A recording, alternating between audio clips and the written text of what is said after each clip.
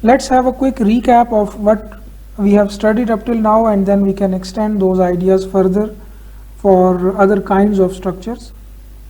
So let's have a quick overview. That in the start we have defined a simple single degree of freedom structure or a simple structure, and the property of that structure is that it can be idealized as a concentrated mass, and that is supported by massless columns, and those columns provide it the lateral stiffness K. So this was our simple structure which we started and calculated the dynamic response of this system against different kinds of dynamic loadings. So this system have these features, that it is idealized by a single concentrated mass, a rigid mass, supported by columns which are providing the lateral stiffness K, and in order to account for the energy dissipation, we also have a viscous damper which is controlled by the damping constant C. So many real structures can be idealized using this simple structure.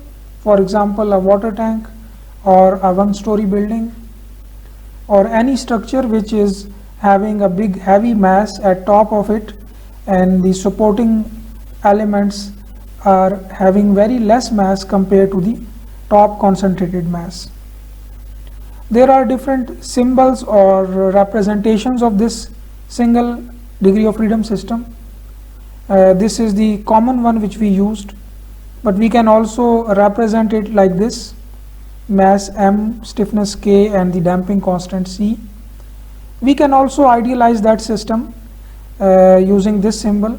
We can represent it with a mechanical mass spring damper system. So the spring represents the lateral stiffness provided by these columns, the spring constant or the stiffness of that spring, and the dashpot represents the viscous damping or energy dissipation which is in that system. So it can be represented by any of these three, A, B, or C. For this simple kind of structure, we calculated the response, the dynamic response of this system against different kinds of dynamic loading. We refer to it as the single degree of freedom system because the only possible movement or motion it can have is in the lateral horizontal direction, and that is the only degree of freedom allowed in that system. So the equation of motion which we derived using the principle of D'Alembert, the dynamic equilibrium, and that equilibrium equation contained four forces. One is the external force, then the elastic restoring force, then damping force, and also the you can say inertial force, which is mass times the acceleration of the structure. So the sum of these four forces should be 0. So we formulated the governing equation of motion. The inertial force and the damping force and the elastic restoring force should act to account for the applied dynamic force P of t. So these three forces are developed in the structure to resist the applied force, which is P of t. So P of t can be any force, it can be any dynamic force, it can be a simple kind of dynamic force, or it can be a random dynamic force with no repeating pattern at all.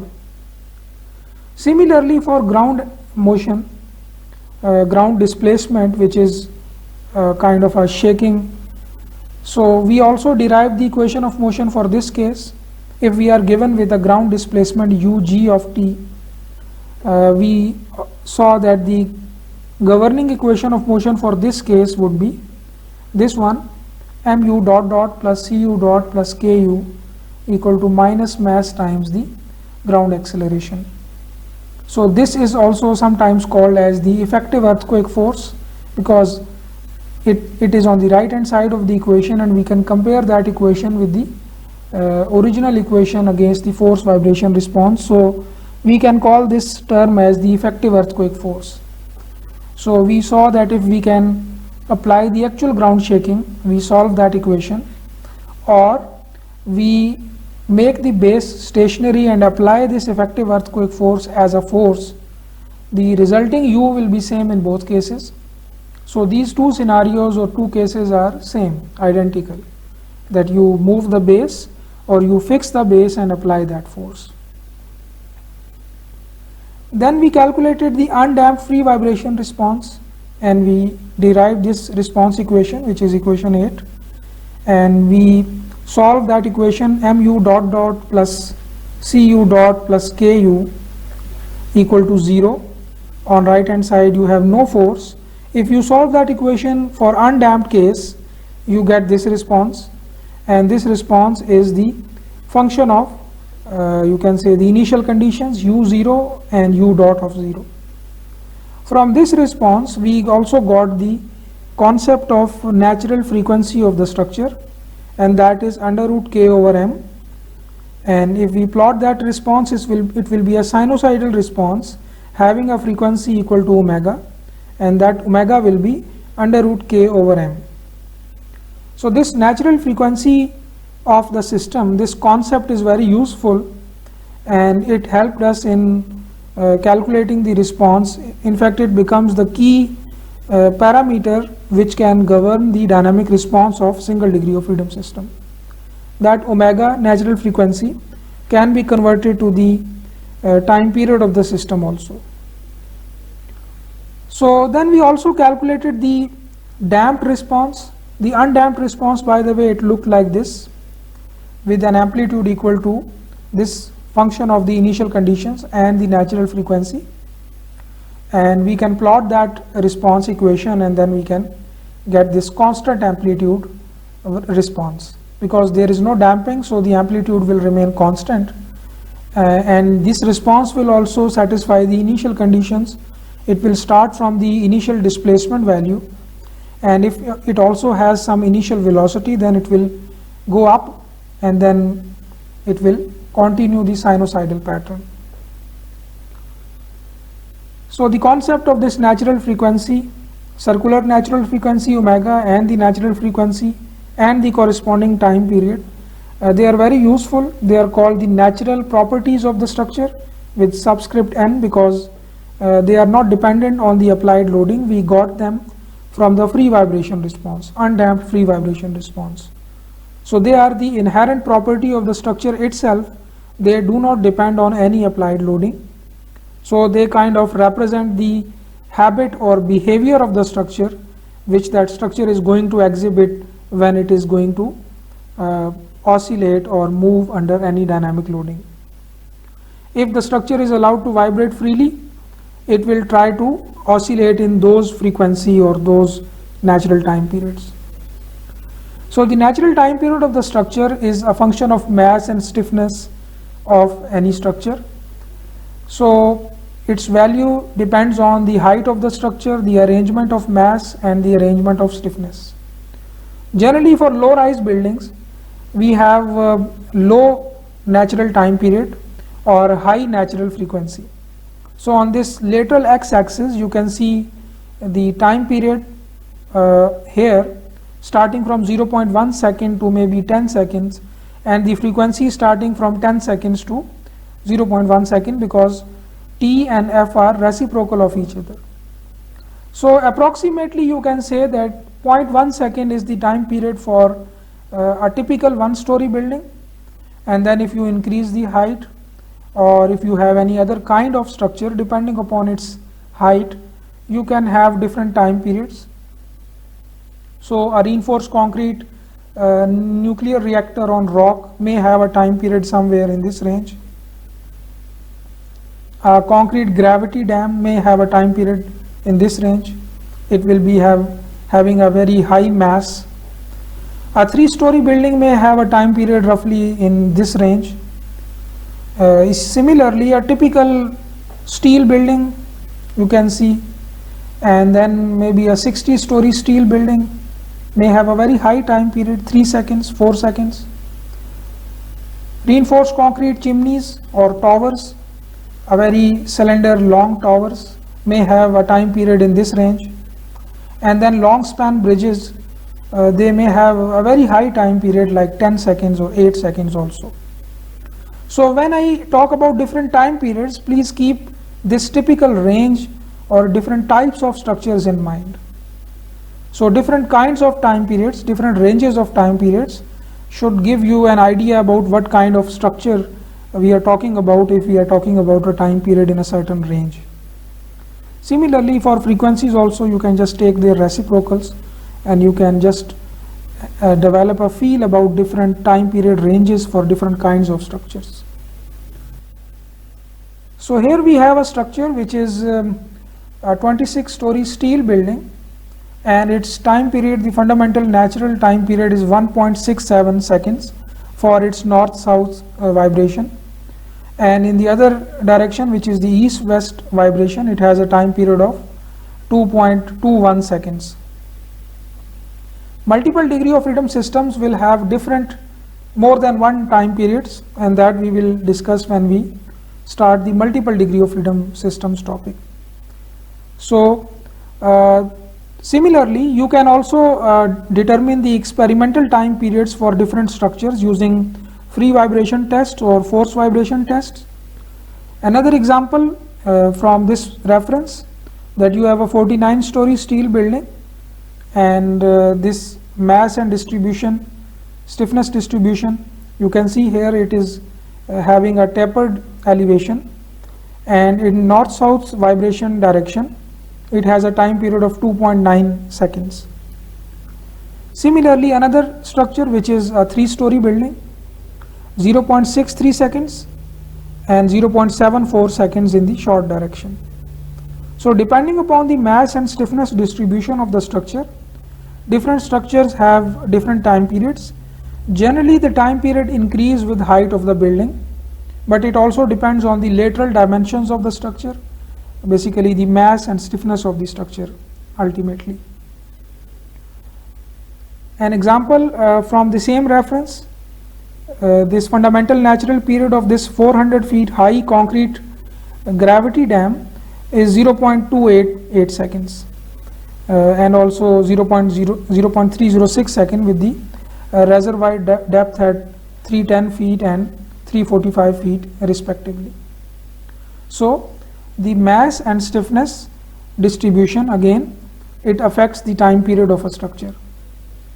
All of these time periods are determined from the experimental, you can say, evaluation.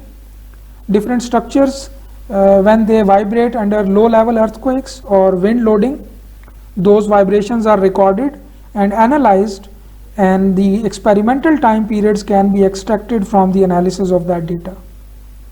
Another example, you can see here that it is a long span suspension bridge, and its time period is 18.2 seconds for transverse vibration. For vertical vibration it is 10.9 seconds. Similarly, the longitudinal vibration 3.81 seconds. So it's a very long span bridge which is having the main span of 4200 feet. So these vibration properties were determined from the recorded motions of the bridge under ambient conditions, which means the typical wind or traffic vibrations. Those vibrations were recorded using sensors and then analyzed to extract these time periods. So now you should develop the feel about what time period ranges different kinds of structures have. An RC chimney, and it has a height of 250 meter and having a time period of 3.5 second. So also this time period is determined from the records of wind induced vibrations. So the sensors along the height of this structure are installed, and the wind induced vibration under typical winds, those vibrations are recorded in those sensors and then analyzed to get the experimental time period of this structure. Then we also calculated the damped response, the same equation of motion, the damped free vibration response, but now the damping term is included, and we introduced the concept of damping ratio, critical damping ratio, which is equal to C over a critical value of C, which is 2m omega. So our structures, our most of civil engineering structures, have this damping ratio less than 0.2, which is 20%. Typical value is 5%, 0.05. If you have a structure where you have a special, you can say, a device installed for increasing the damping, then the number can go up. The damp free vibration response was this one, and now we have this decay term, which is now multiplied with the sinusoidal or free vibration response. So this A and B coefficients are functions of not only the initial conditions now, but also the damping ratio. So this damping ratio will also modify the natural frequency of the structure by a very small factor. That factor is very small, such that we can, most of the practical purposes, we can just ignore that minor difference, and we just assume that the damped natural frequency of the structure is almost same as the undamped natural frequency of the structure. Another form of the same equation, the damped free vibration response, we studied, and if we plot that equation, we get a response like this. The undamped was having no reduction in the amplitude with increasing cycles, but the damped one is having a reduction, and that reduction is a function of xi value. The peak value of response of each cycle is now multiplied with the e raised to power minus xi omega t, which is called the decay function. So for high xi values, the decay will be very fast. For low xi values, the decay will be slow. So you can see here that for damping ratio of 2%, the structure will have several cycles until the amplitude reduces to a very low value.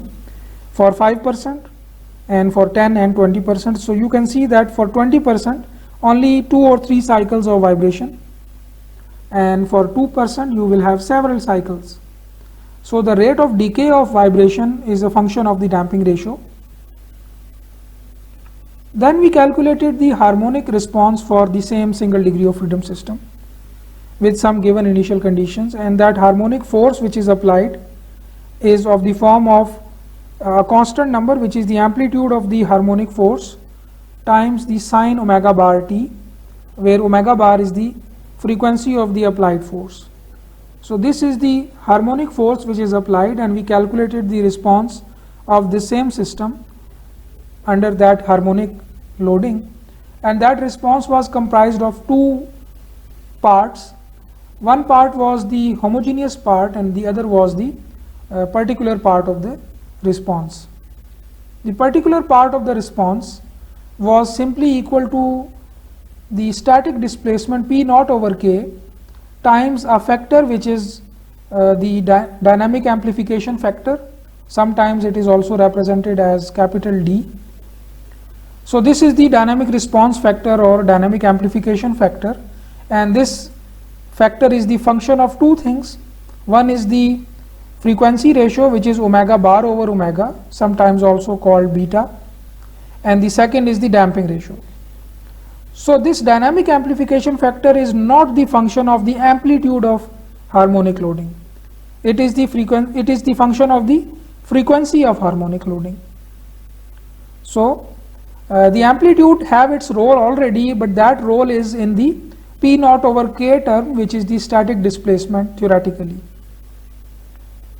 So D is this one, and we can plot this D for different xi values and for different frequency ratios omega bar over omega.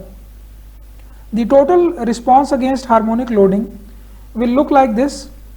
Some initial fluctuations, because initially both parts of the solution will contribute and will combine to make the total response, but after some time is passed, one part of the solution, which is the homogeneous part, will be decayed completely, and the solution will be simply converged to the steady state response.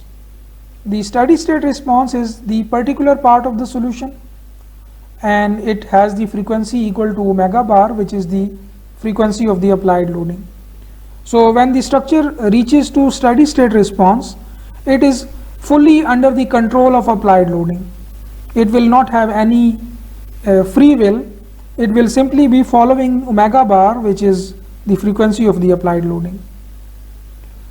The dynamic amplification factor we also studied in a bit more detailed, and that is that if we plot it as a function of beta or omega bar over omega, which is the frequency ratio, that function, first of all, it will be called as the frequency response curve, because on y-axis what we can do is that we can plot with d or rd, and that d is the ratio of u maximum in case of dynamic loading divided by u static. So this dynamic to static displacement ratio is on y-axis, and we see that for beta equal to 1 and for damping equal to 0, theoretically this ratio is infinity. But if we have some damping number, then this ratio will still have its peak value at beta equal to 1, and theoretically its value, the peak value of this d will be 1 over 2 xi at beta equal to 1. So 1 over 2 xi is the peak value for d. So it means that at resonance stage the peak amplitude is only governed by the damping ratio. For damping ratio equal to 5%, you can put xi equal to 0.05 here, and then you can get d equal to 10. So this simply will mean that the peak dynamic displacement will be 10 times compared to the peak static displacement if the same P naught was applied statically when the structure is subjected to resonance. Obviously this whole 1 over 2 xi thing is for beta equal to 1. For other betas, we observe that we can divide this frequency response curve into 3 different distinct ranges, and these ranges are called quasi-static, resonant, and the inertial range. In the first quasi-static range, the value of d was almost equal to 1, which means the dynamic displacement tend to remain almost close to the static displacement. For resonant stage, you will have d equal to 1 over 2 xi, the peak value, and for inertial range you will have d approaching almost equal to 0. So here this third one is the inertial range where d is approaching to almost 0. So here you in inertial range it means that the dynamic displacement is approaching 0. The effect of inertia of the mass are dominated, and the deformation is in opposite direction of the force. The phase angle phi tells us the relative movement or the direction of the force and the direction of response. So a phase difference of 180 degree mean that the deformation is exactly in the opposite direction of the force. A phase angle of 0 degree mean that the deformation is almost in the direction of the force. So we have studied these 3 ranges in quite a bit detail, and then we also calculated the resonance response of the structure. We observed that the resonance builds up gradually with some number of cycles, and there are certain conditions which should be fulfilled in order to have resonance. The first one is that the sufficient time should be given to the structure to develop the peak resonance response corresponding to d equal to 1 over 2 xi, and then the loading should sustain for a certain number of cycles, or the loading should be having a frequency which should be matching with the natural frequency of the structure. So there are certain conditions which are, if all are fulfilled, then we can experience the resonance response. So the number of cycles required to reach almost peak or 95% of the steady state amplitude will be 10 cycles for Rd equal to 10. Rd equal to 10 will correspond basically to xi equal to 5%, because even in that case Rd is 1 over 2 xi, so xi equal to 5% will correspond to Rd equal to 10. So you require 10 cycles at least to develop the peak resonant response if you have a damping ratio of 0.05. For a damping ratio of 2%, the structure would require 24 cycles to reach to the peak resonance response. And similarly, for even lower damping 1%, the structure would require 48 cycles. But you can see here that the RD value is also increasing when we reduce the damping ratio. So for 1% damping ratio, the peak dynamic displacement to peak static displacement ratio RD is 50. So the structure is going to have a displacement, dynamic displacement equal to 50 times the static displacement. So the case of harmonic ground motion is also similar, since we already know that we can convert the harmonic ground motion or any ground motion into effective earthquake force. So if we are given with a harmonic ground motion which have this form, Ug of t is Ug naught, some peak ground displacement multiplied by a sine function, where omega is the frequency of the ground shaking, we can take its second derivative and convert it to acceleration, then multiply with minus m to calculate the effective earthquake forces. So these are the effective, you can say, harmonic ground motion forces. So we calculated the effective harmonic ground motion force, and that is also sinusoidal. That force is also sinusoidal. So it means that all of the harmonic force case can be applied to this harmonic force, and then this whole thing will become our P naught, and this sine omega will be our sinusoidal variation of this P naught.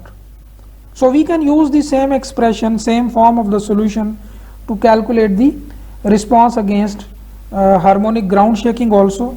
We can also introduce the similar kind of RD factor, the dynamic amplification factor, and then we can calculate the response, and that response will also be sinusoidal and will having some phase lag from the motion of the harmonic ground shaking. So that phase lag will be in the three different phases of RD will be different. For pseudostatic range, phi will be almost 0, which means the structure will be following the ground shaking direction. If the ground is going to right hand side, the structure is also going to right hand side.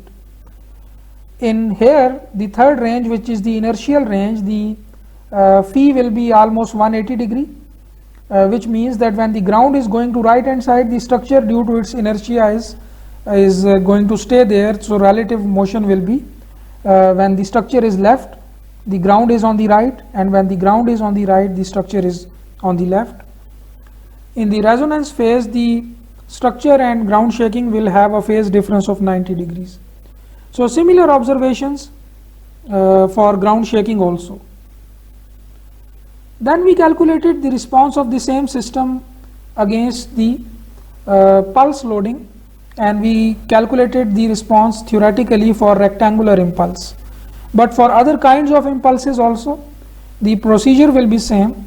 For example, if you have a half sine pulse, just sine wave, but half of the wave only, not the other half, only one half.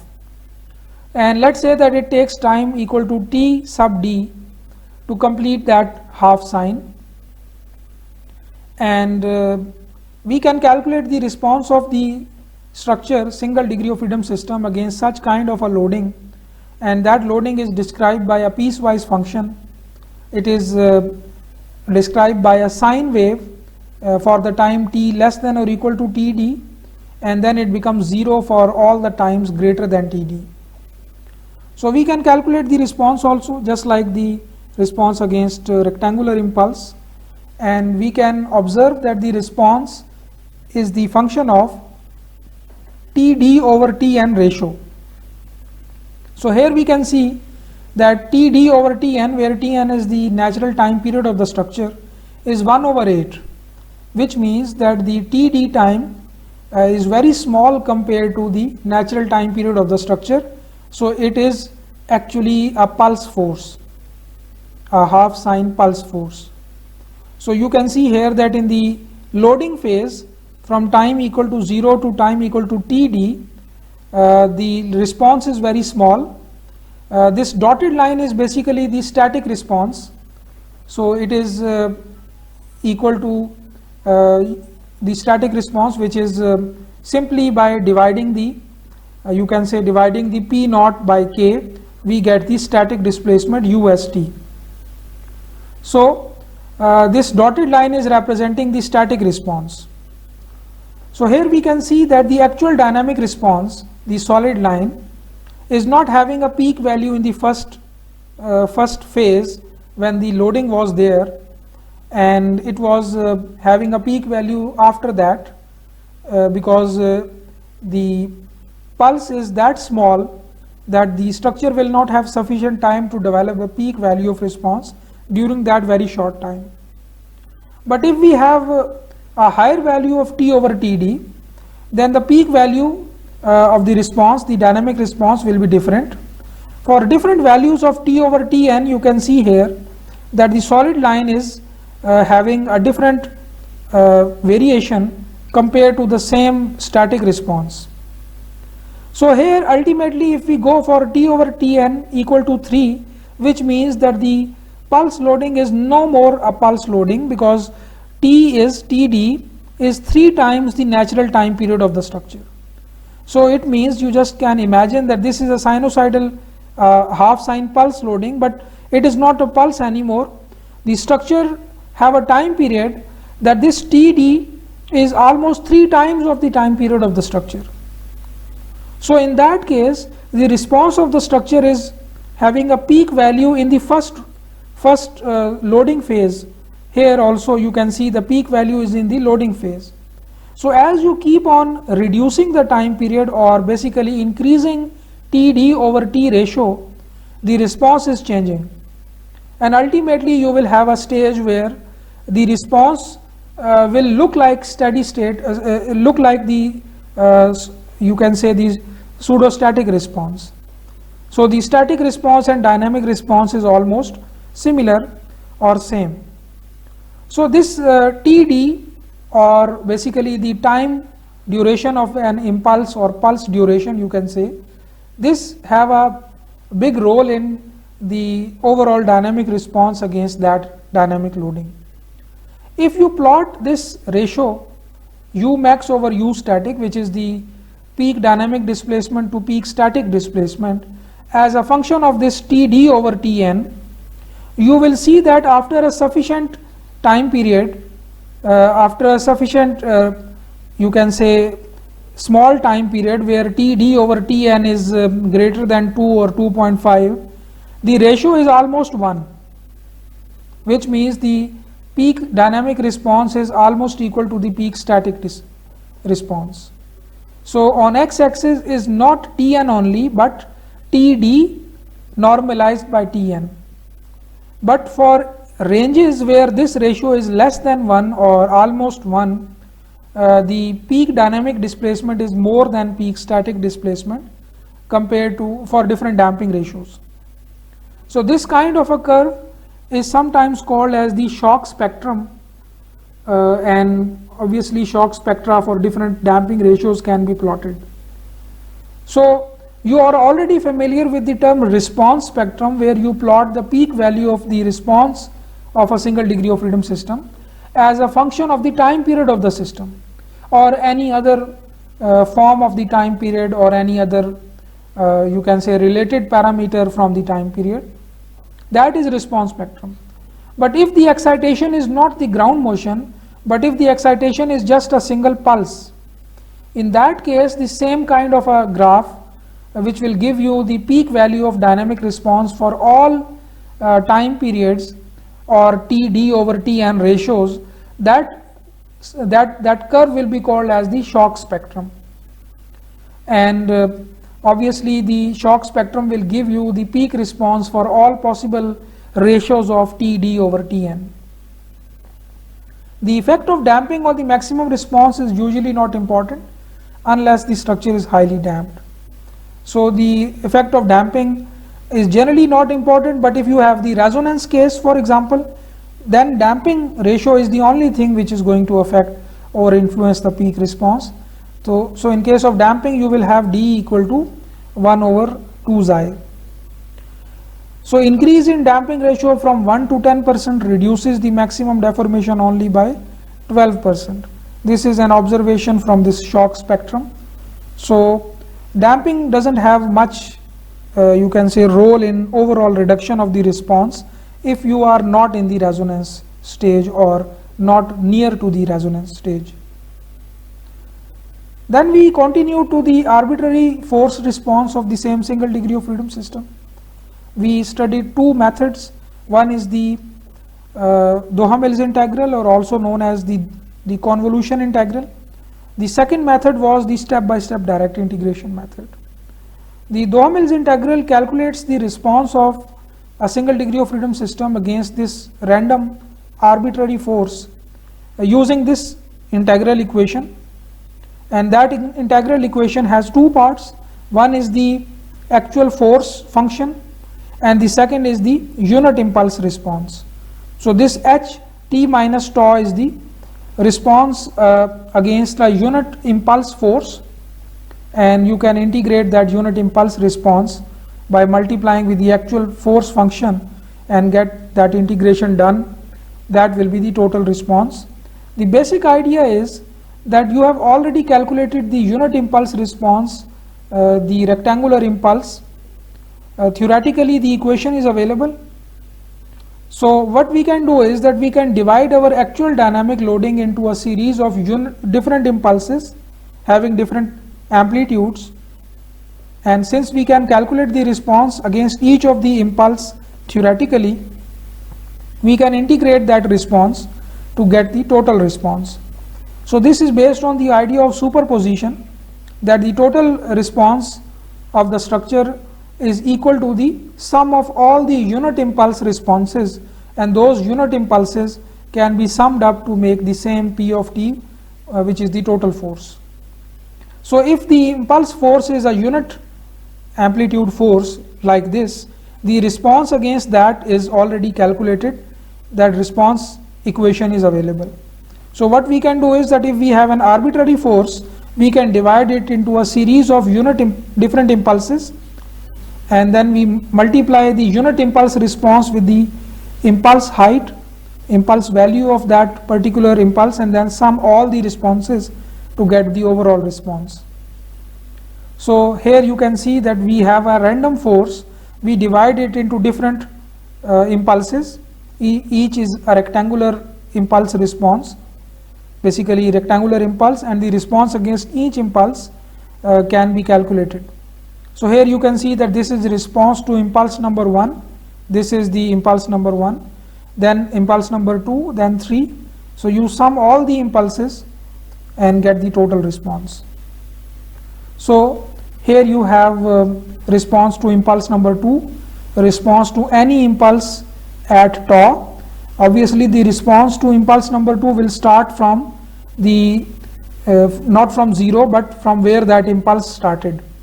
Similarly, at any distance tau, the impulse at that distance will start, the response will start from that point. You sum all of them, basically integrate them, and you get the total response against that total loading. This idea of superposition is not valid for inelastic structures. If the relationship between Fs and U is not linear, if this equation doesn't hold, then this idea doesn't work, it is not valid, and we have to go to the second method, which is the step-by-step direct integration method.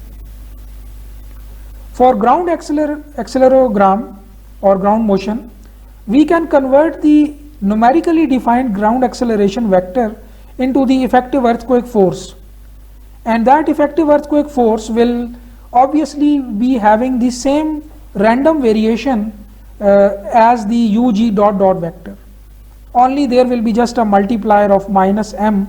So the P effective will also be a random force because UG dot dot is a random force. So we have to solve that single degree of freedom system response for earthquake by using either the convolution integral or the step-by-step direct integration. Now this UG dot dot is not one vector for one particular record of an earthquake. The basic instrument to record will record 3 components of ground shaking, and those 3 components, because the actual ground shaking is a 3-dimensional motion, the ground will shake in in a 3D manner, but we record that shaking into either X direction, Y direction or Z direction of the equipment, sometimes also called as the north-south, east-west and up-down component. So each ground motion record basically comprises of 3 acceleration time histories, and those 3 acceleration time histories are having 2 in the lateral X or Y direction, perpendicular directions, and 1 will be in the vertical direction. So during the earthquake, the strong motion accelerometer, it doesn't all the time recording, but it basically generally it is in the sleep mode, and it is triggered into the recording mode by the first waves of the earthquake. So there is a minimum trigger level which is set in the equipment. If the acceleration increase from that number, then it start recording, and then when the acceleration reduce from that threshold acceleration, then it stops recording. So generally we get an acceleration record in this form. This is one component of a ground motion. This is, for example, the north-south component of horizontal ground acceleration recorded at this particular station during the El Centro earthquake in 1940. We can perform its numerical integration to convert into ground velocity versus time graph, and we can also perform again numerical integration to convert it into ground displacement versus time graph. So now we directly record the acceleration of ground, and then we can convert it also into other displacement and velocity also. This is how the strong motion recorders nowadays look, a very compact form, unlike the old generation of the strong ground motion recorders. So they are having different time period or frequency ranges in which they can accurately record the ground motion. So this is one of the examples, and its data sheet is there to tell different you can say features of that ground motion recorder. So obviously it should be connected with the data acquisition system to which the data is recorded, and then you can access that later. Another one you can see here, it's a strong motion accelerometer, and it has some, you can see here the data sheet is telling its features and applications. Some of the important parameters of this equipment is also you can see in the data sheets. For example, the trigger level, similarly the sensitivity, or you can say the resolution of data, how frequently it should record the data points, because the data will be recorded numerically, so you will have a time versus ground acceleration UG dot dot graph.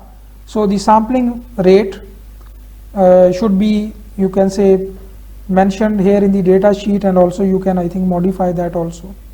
And each of the data acquisition system and sensor will be accompanied by a software, and that software will be used for processing the raw data and then converted it into different other formats for other purposes. So when you look at the recorded ground motions from different past recorded earthquakes, you can observe that they are highly irregular. There is no, you can say, a constant pattern in them. A wide variety of amplitudes, durations, frequency contents, and the general appearance of different records can be clearly seen. So you can see here that in 1940 the El Centro earthquake have this kind of a record, several peak values, and those peaks are spread along a kind of a reasonable time. You can see here the time scale from 0 to 80 seconds. It is same for all of the earthquakes, and also the acceleration scale from -1g to +1g. So several peaks here. So you can see these peaks spread along the time axis. Then we also have another earthquake, Parkfield, which have only few peaks concentrated in a very narrow time range, and then almost no peaks in the rest of the record. We can also have an earthquake like this, which starts from low number low peaks and then very high peaks almost in the middle, which is the 1971 San Fernando earthquake. Another one, here you can see almost constant peaks throughout a large time of around maybe 10 to 15 seconds. Here also you can see another shape, a very low amplitude earthquake. You can see here these two are low amplitude. Similarly, here you have just one big pulse and almost no peaks in the rest of the record. You can see here this one, Chile earthquake 1985. It is having several peaks and for sufficiently long duration of time. Another one very special one, which is the 1985 Mexico City earthquake. It is almost near periodic.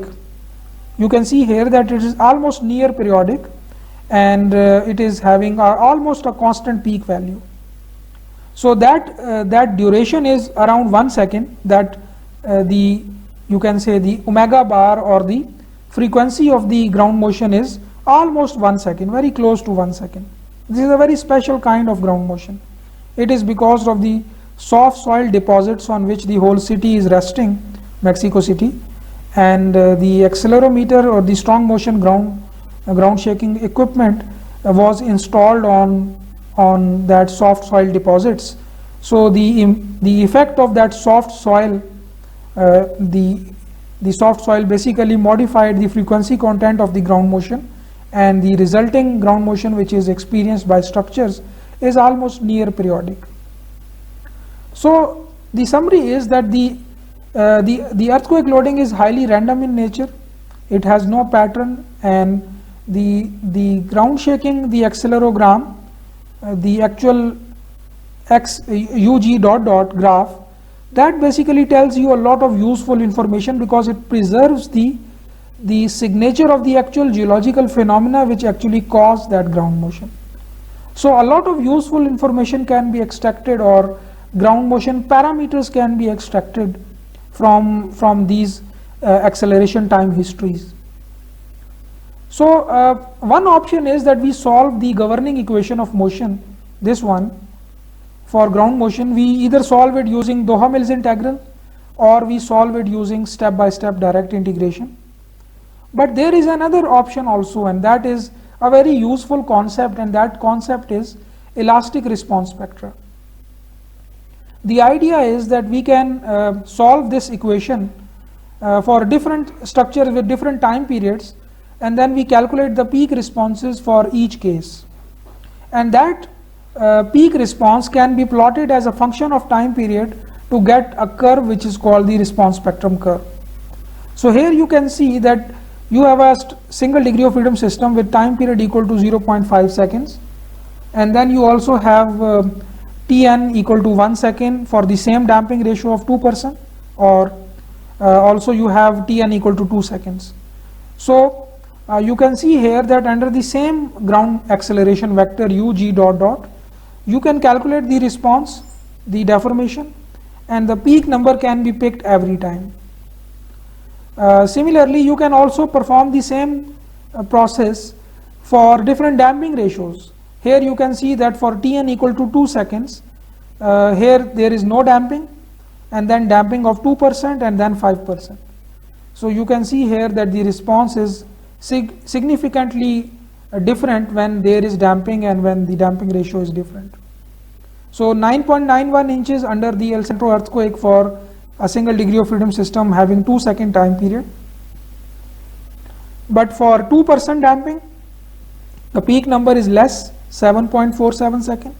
For 5% damping, you have 5.37 second. So what you can do is that for a single degree of freedom system, you can modify the time period every time and run the you calculate the peak values of response either using step-by-step direct integration or any other method, and pick the peak response, and also repeat the process for different damping ratios also, and ultimately you plot a curve which is the peak values of responses on y-axis. Those can be displacement, velocity, and acceleration, will be resulting in the construction of deformation response spectrum, velocity response spectrum, and acceleration response spectrum.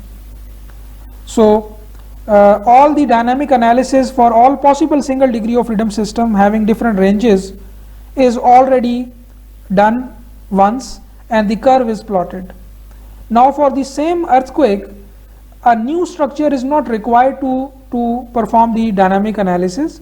All you need to do is you need to have its time period, and then from that time period you pick the peak response directly. So no need to perform the dynamic analysis. It's like all the possible dynamic analysis are already performed once to construct the curve, and now the curve can be used directly to pick the peak response. So it is the plot of the peak values of response quantity as a function of the natural period of the structure, and that curve is called the response spectrum curve, and it can be displacement response spectrum curve or velocity or acceleration response spectrum curve. So it provides us a convenient mean to summarize the peak responses of all possible linear single degree of freedom systems to a particular component of ground motion. So obviously this curve will be for a particular UG dot dot and also for a particular damping ratio. If you change either of them, the curve will be, the graph will be a different curve. It provides us a practical approach to apply the knowledge of structural dynamics to the design of structures and the development of lateral force requirements in building codes also. So this curve have a lot of applications. Some you can directly guess that it can be used to directly get the peak response, but it has several applications in development of the lateral force requirements in different building codes also. We will see that in next lectures, that this response spectrum curve give us a very useful tool to convert the dynamic forces into equivalent static forces, and instead of performing the dynamic analysis we can simply perform the static analysis and get the peak response. So here for example U naught is the peak displacement of single degree of freedom system, and let's assume that you have already obtained this U naught from the deformation response spectrum. You have already that deformation response spectrum, so you have the time period of the structure. You use that and pick the U naught for your system. Now what you can do is that you can multiply that U naught with the K value to get the effective static forces. You can see that this FSO, if you multiply this U naught with the K of the structure, you will get a hypothetical force, a static force, and that static force, if applied statically, will produce the same U naught if it is applied statically to the structure. And since we know that this K is equal to m omega square, because omega is K over m under root, so K can be replaced by m omega square, and this omega square into U naught now have the units of acceleration, and it is an acceleration which is calculated from the peak displacement. So let's call it capital A. So it's an acceleration calculated from the peak displacement by multiplying it with omega square. So that A is called the pseudo acceleration or the spectral acceleration. It will be different from the peak dynamic acceleration, the peak of the response acceleration of a single degree of freedom system, but it is calculated from the peak value of the displacement U naught.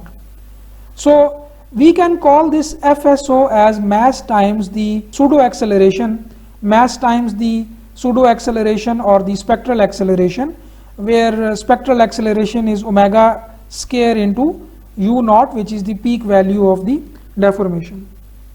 So which means that we can convert the peak displacement calculated from the deformation response spectrum into an static force, an effective or equivalent static force, which can be applied statically to the structure to produce same U naught. So the response spectrum also gives us a way to convert the dynamic problem into a static problem. The dynamic problem is to actually solve the complete equation of motion and calculate the response. But instead what we can do is that we can directly pick the response from response spectrum curve and multiply with the K to get the static forces which can be applied to the structure as a representative of the earthquake forces. So here the FSO, the static forces, can be considered as the equivalent static forces because the force FSO is applied to the structure statically. It will produce the same equivalent amount of peak deformation, and that is equal to U naught. So U naught can be simply multiplied with K to get the FSO, and now if you apply the ground acceleration and perform the dynamic analysis, instead what you can do, you can just apply the FSO as the static forces and no need to perform dynamic analysis. You can only perform a static analysis under FSO, and that FSO can be directly calculated using this equation, and U naught will be directly coming from the response spectrum. So this is a kind of an, you can say, a benefit or advantage of using response spectrum curve for a particular earthquake, that you directly convert the dynamic problem into a static problem. Now instead of performing dynamic analysis against UG dot dot, just apply this FSO like a static force and perform the analysis of the structure, and then you can calculate all the responses corresponding to the peak dynamic deformation. See, there are two kinds of response spectrum. One is the deformation response spectrum, U naught versus time, and also what you can do is simply multiply this U naught with omega square to construct the pseudo acceleration response spectrum like this. So this will be A versus time, spectral acceleration or pseudo acceleration, where A is simply omega square into U naught. So if you want to calculate the static displacement, effective static forces as a function of U naught, then you will use this kind of spectrum and pick U naught and multiply with K to get FSO. Instead, you can also do this thing, that you can calculate the same FSO by just picking the A value from the spectral acceleration response spectrum. So the pseudo acceleration or spectral acceleration response spectrum, from the same time period you pick A value, and now instead of multiplying with K value, you multiply with M to get the same FSO.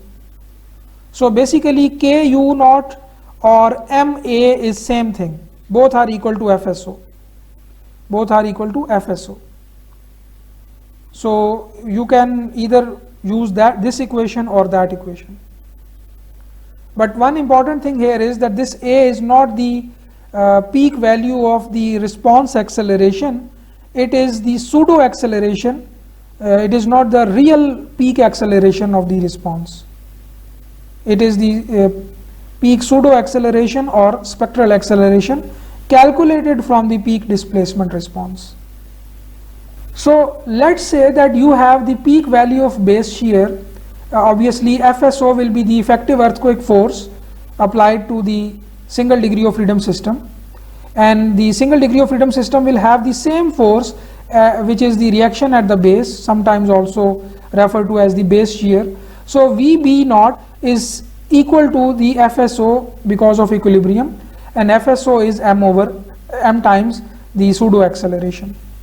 So what we can do is that we can write the VB naught as A over G times the weight of the structure, because mass can be written as the weight of the structure divided by acceleration due to gravity. So this A over G becomes a kind of a factor or coefficient, sometimes also called as the base shear coefficient, and that coefficient can be used to just multiply with the weight of the structure to calculate the effective earthquake forces in the structure. So for any given earthquake, if this coefficient is given, let's say it is 0.5, then we simply mean that the weight of the structure can be multiplied with 0.5, and that force represents the effective earthquake force of an earthquake. So this A over G, it may be interpreted as a base shear coefficient or lateral force coefficient. So different building codes use this coefficient to represent the effective earthquake forces, the level of effective earthquake forces. So building codes use this coefficient. It says that this is the percentage of the weight of the structure which should be applied to represent the future earthquake loading. So if this coefficient is 0.5, then it means that the weight of the structure, 50% of it should be applied in the lateral direction to represent the future, the loading caused by the future earthquake. So this is one useful application of the concept of response spectrum, that it helps us in calculating the equivalent static forces which should be applied, and then the problem is now simplified from the dynamic analysis problem. We just can perform a static analysis of the structure against those effective earthquake forces, and we get an estimate of the same peak responses which that earthquake would have produced. So here you have one deformation response spectrum, sometimes represented by D, and then you can simply multiply with omega to get the approximate velocity response spectrum and the acceleration response spectrum. So acceleration response spectrum sometimes is in G units.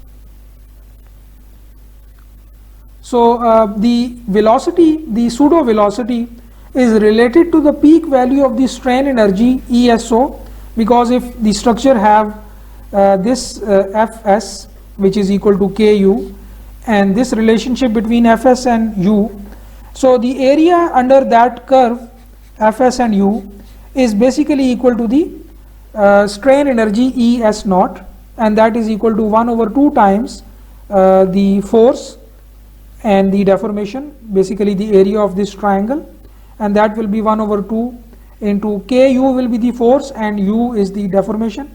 So this height is equal to Ku. So 1 over 2 times U into Ku will be this quantity, and what we can do is that we can replace this D or U with we can replace this K with M into omega square, because omega is under root K over M. So that omega into D can be called as the pseudo velocity, because this have a unit of velocity and D is the peak displacement. So it is an approximate peak velocity, and that is called pseudo velocity. So it will be 1 over 2 m into v square, and this becomes the kinetic energy of the structural mass m moving with a velocity v. So this v, the pseudo velocity, have a very useful application also. It can be used to calculate the kinetic energy of the structural mass which is moving with that velocity. So the normalized pseudo acceleration or base shear coefficient sometimes is used on the y-axis of the response spectrum. So for example, one way is that I simply use A over G, basically A acceleration in G units, but we have just saw that FSO is simply equal to A over G times the weight of the structure. So which means that FSO over W is equal to A over G. So the pseudo acceleration response spectrum can also be represented by FSO over W. The same thing is equal to A over G. So now there is a new way you can think of this response spectrum curve, and that new way is that this A over G, which is on y-axis, is the ratio of the effective earthquake force to the weight of the structure. So if that ratio is, let's say, 0.5, which means that 50% of the weight of the structure should be applied as a static force in the lateral direction in order to represent the future earthquake forces. And obviously this curve will be for different damping ratios, and for higher damping ratio then the curve will be lower, and for less damping ratio the curve will be higher. So one useful representation of the response spectra for displacement, velocity and acceleration is that since we already know that D is there already, the original response spectrum for deformation, and we can multiply it with omega to convert it into velocity response spectrum, and then omega square to convert into acceleration response spectrum. So this simple conversion with omega allows us to plot all of these three response spectra into a same graph, a kind of a graph which have one axis as velocity, one inclined axis as the displacement, and another inclined axis as the acceleration. This direct conversion allows us, this direct relationship with omega allows us to plot the response spectrum, all three of them, into a same graph, and that will look like this, that we will have one velocity axis and one acceleration axis which is inclined, another inclined axis is displacement, and we have the fourth quantity which is the time period of the structure. So all three of them, basically the displacement, velocity and acceleration, all three, since they are related with omega, so which means that we can relate them with the same time period if we plot it like this, and the method to read this graph will be like this, that it will be having a time period axis on lateral axis, and let's say that you have a time period of 2 seconds. You start from here and you hit the point on the response spectrum curve, which will be this one, and then from that point you will draw the perpendicular lines to each of the axes of velocity, acceleration and displacement. So from that point, please drop a perpendicular to deformation axis and pick the d value, drop a perpendicular to the acceleration axis and get the a value, and similarly a perpendicular to v axis and get the v value. So instead of using three graphs separately, just from one graph you can pick the all three quantities, because all three of them, they are related by just omega or time period. So with one time period given, you can just pick all three values if this form of the response spectrum is available.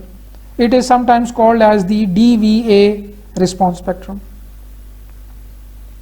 So here you can see that for El Centro earthquake, for different damping ratios, the DVA response spectra are given. So you will have the pseudo acceleration response spectrum, pseudo velocity and the pseudo displacement or deformation response spectrum on the same graph.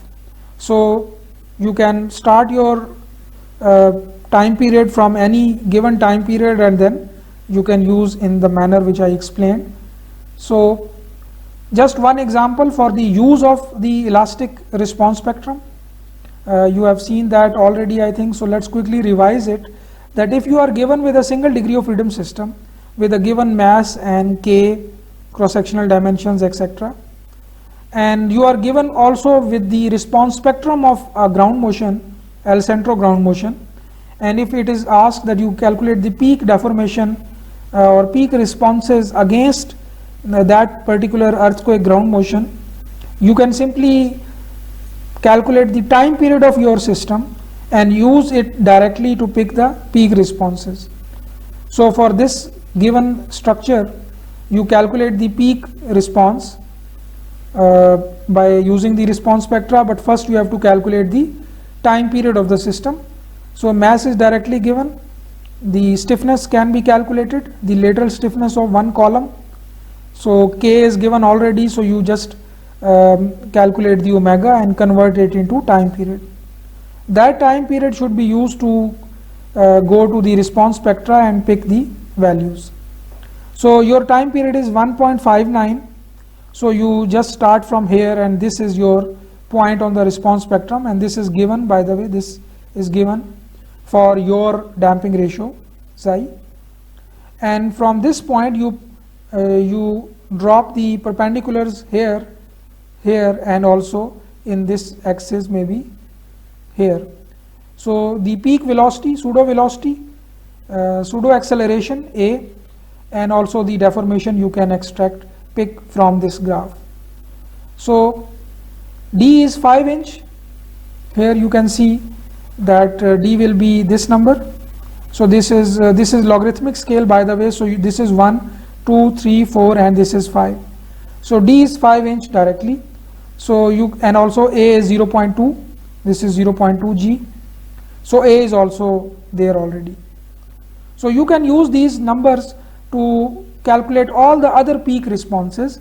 For example, the first thing you can do is that you can calculate FSO, which is the equivalent static forces. You already have seen that it is A over G times the weight of the structure, or mass times the pseudo acceleration, same thing. So you multiply the mass with the pseudo acceleration to get an FSO, and that FSO, if you apply it statically to the structure, will produce the same deformation, which is 5 inch, which you picked from the response spectrum. So now with this FSO, you can also calculate all the other responses. For example, let's say you are asked to calculate the bending stresses at the peak bending stresses, and those bending stresses will be at the base, because the peak moment will be at the base, and that peak moment can be calculated from this FSO, multiply it with the height, and you can plot the peak bending moment profile. So you directly get the peak bending moment profile without actually running the ground motion analysis or dynamic analysis. So that peak moment can be converted to peak bending stresses using the elastic bending formula, and here you can calculate the sigma max.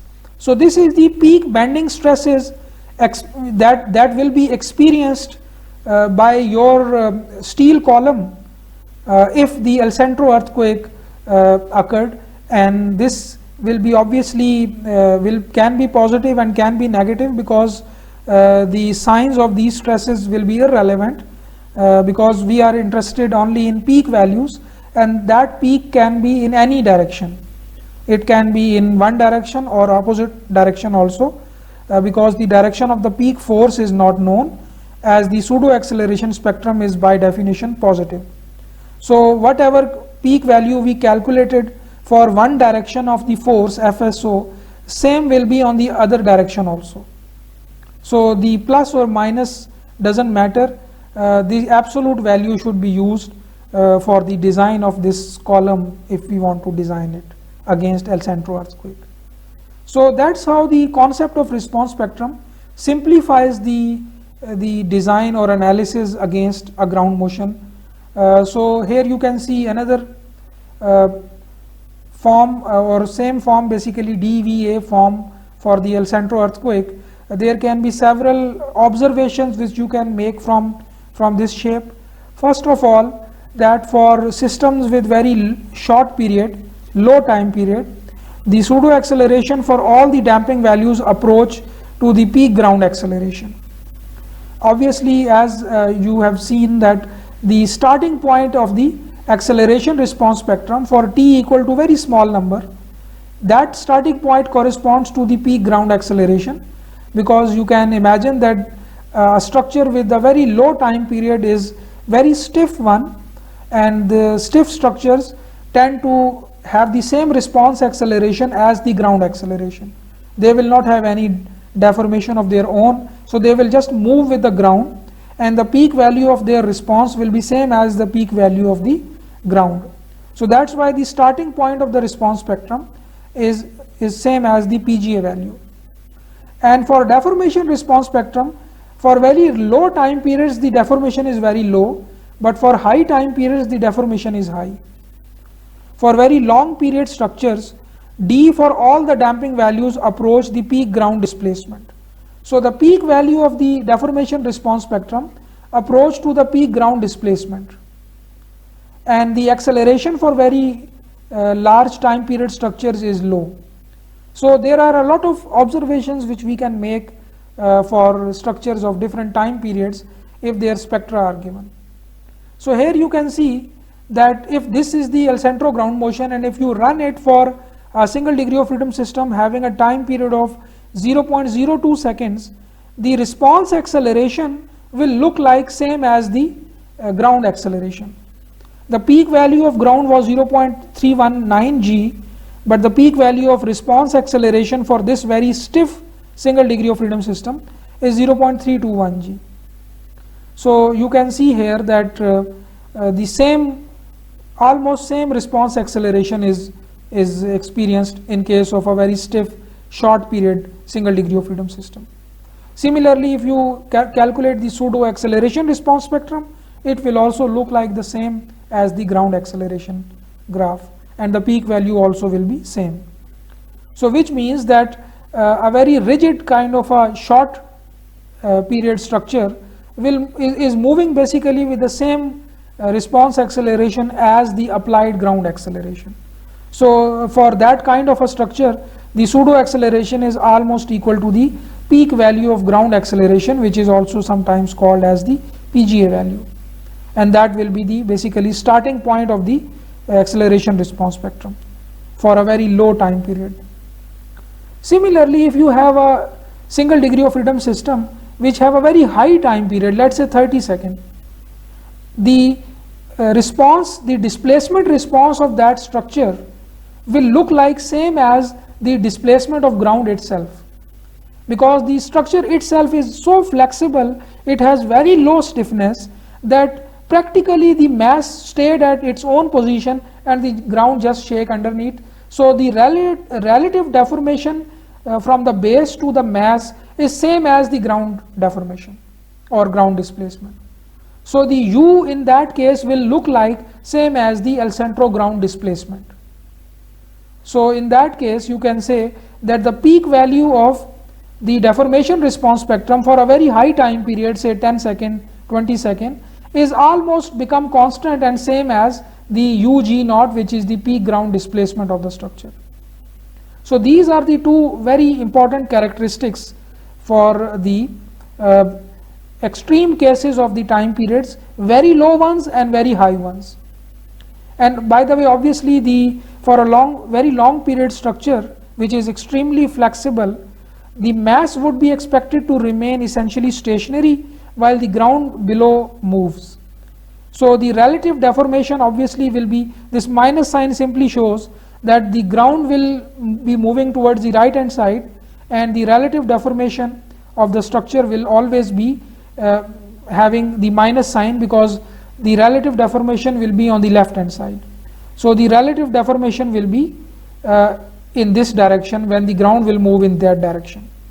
Similarly, when ground will be on the other side, the relative deformation will be in this direction. So the mass will practically stay at its own position and the structure just beneath it will vibrate. So this minus sign shows the opposite directions of the direction of movement of ground and the relative deformation of the structure itself.